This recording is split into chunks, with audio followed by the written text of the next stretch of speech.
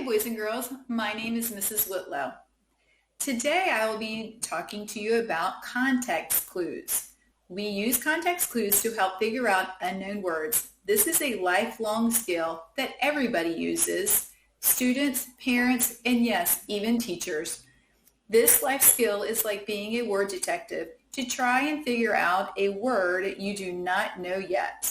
Be careful not to just skip the word because you might get confused or not understand what you just read. Let's look at Virginia's reading, SOL 2.5, B and C. It states, the students will be able to use meaning clues and language structure when reading.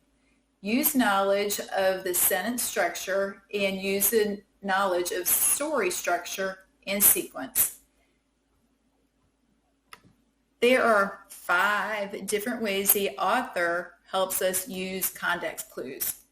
The first one is the definition. The author uses the definition in the story. Last week in Richmond, Virginia, the Dominion building was demolished. Demolished means to destroy something. So the author tells you right in there what demolish means. It means to destroy something.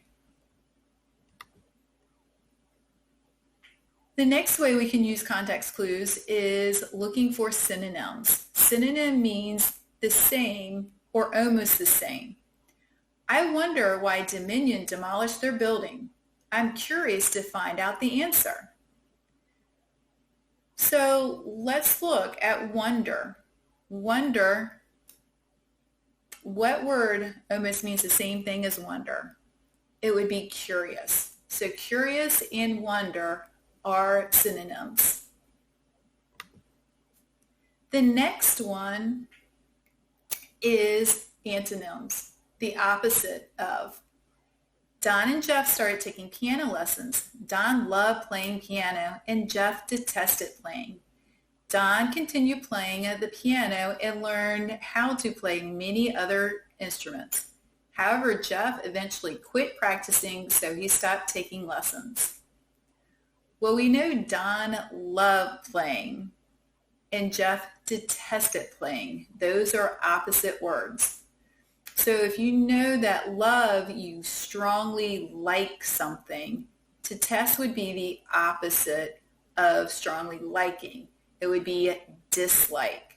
So Jeff disliked playing, so therefore he quit piano lessons.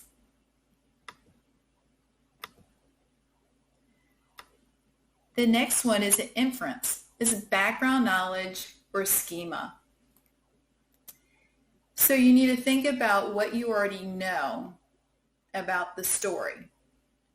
The story is talking about rabbits. So think about what you already know about rabbits. So I'm thinking they're cute, they're furry, they're small animals. They have 2 long ears. And so we're going to be reading this to figure out what this word means. I see rabbits in my yard, and they are always nibbling on grass or vegetables. The rabbits are eating every morning and evening. So nibble, we need to find out what nibbling means. So like I said before, they are small rabbits. And so when they're eating, they're not eating in a hurry. They are taking small bites because they have a small mouth. So nibbling means small bites. And the last way the author helps us use context clues is he gives us examples. Mitchell is an avid soccer player. He likes to play soccer during recess, after school, and during the weekends. Every chance Mitchell gets, he plays soccer with his friends. So we need to figure out what avid is. What in the world is avid?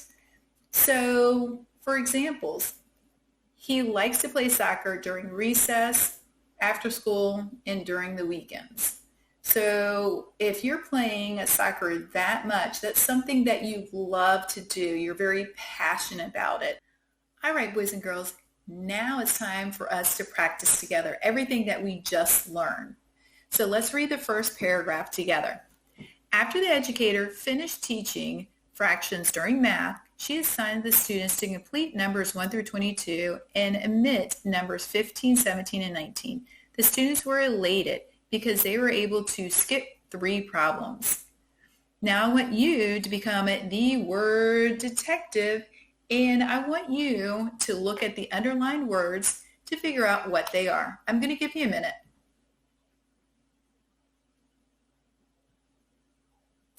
All right, boys and girls. So let's look at educator. Educator has something to do with teaching.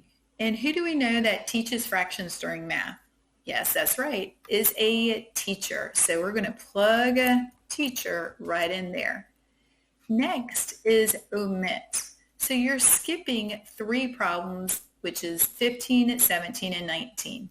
So the teacher told them to delete those 3 problems.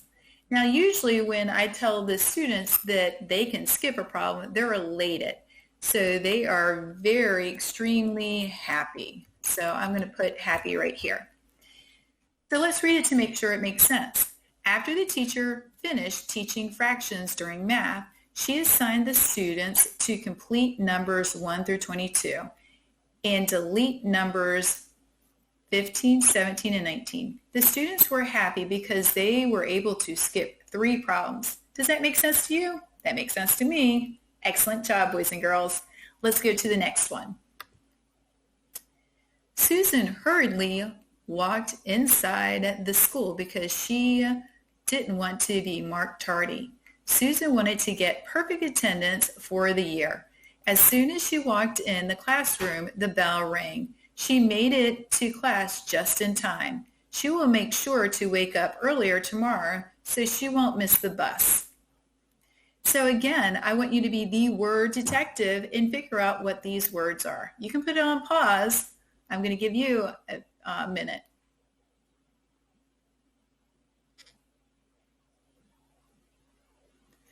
All right, boys and girls. So hurriedly, when you're walking hurriedly, she doesn't want to be marked tardy. And so hurriedly, would you walk really slow to class? Or did you want to walk quickly? So hurriedly means to walk quickly. And then she didn't want to be marked tardy. She wanted to get there before the bell rang. So tardy, that's right, it means late. She didn't want to be late.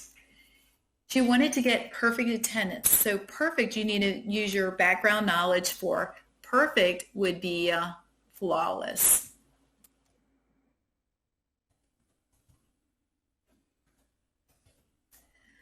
All right.